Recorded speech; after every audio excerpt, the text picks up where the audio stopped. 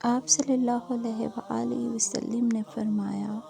جنت کا ایک دروازہ صرف روزے داروں کے لیے مخصوص ہوگا،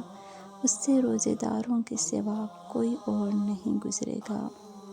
حضرت ابو ہریرہ رضی اللہ سے روایت ہے کہ رسول اللہ صلی اللہ علیہ وآلہ وسلم نے فرمایا، جو شخص رمضان کا ایک روزہ بھی بلا عذر، شرعی سفر اور مرض کے بغیر چھوڑ دے،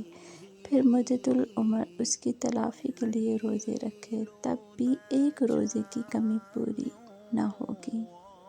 رسول اللہ صلی اللہ علیہ وآلہ وسلم نے ارشاد فرمایا، روزہ دار کو قیامت میں میرے حوض سے پانی پلایا جائے گا، پھر اس کو جنت میں داخل ہونے تک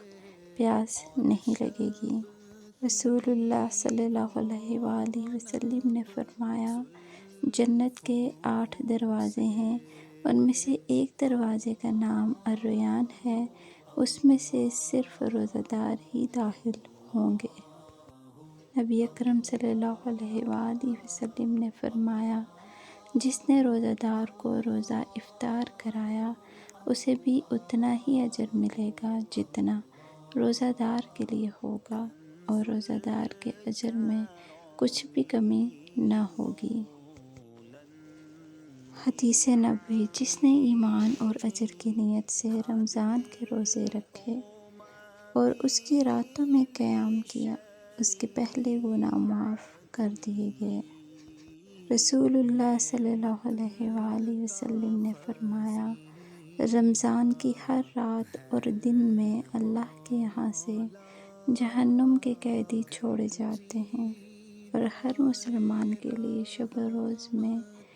ایک دعا ضرور قبول ہوتی ہے۔ اللہ تعالیٰ کا ارشاد ہے، اے ایمان والو، اللہ سے ڈرتے رہو، اور ہر شخص کو دیکھنا چاہیے کہ اس نے کل یعنی قیامت کے دن کے لیے کیا سامان عمل بھیجا ہے۔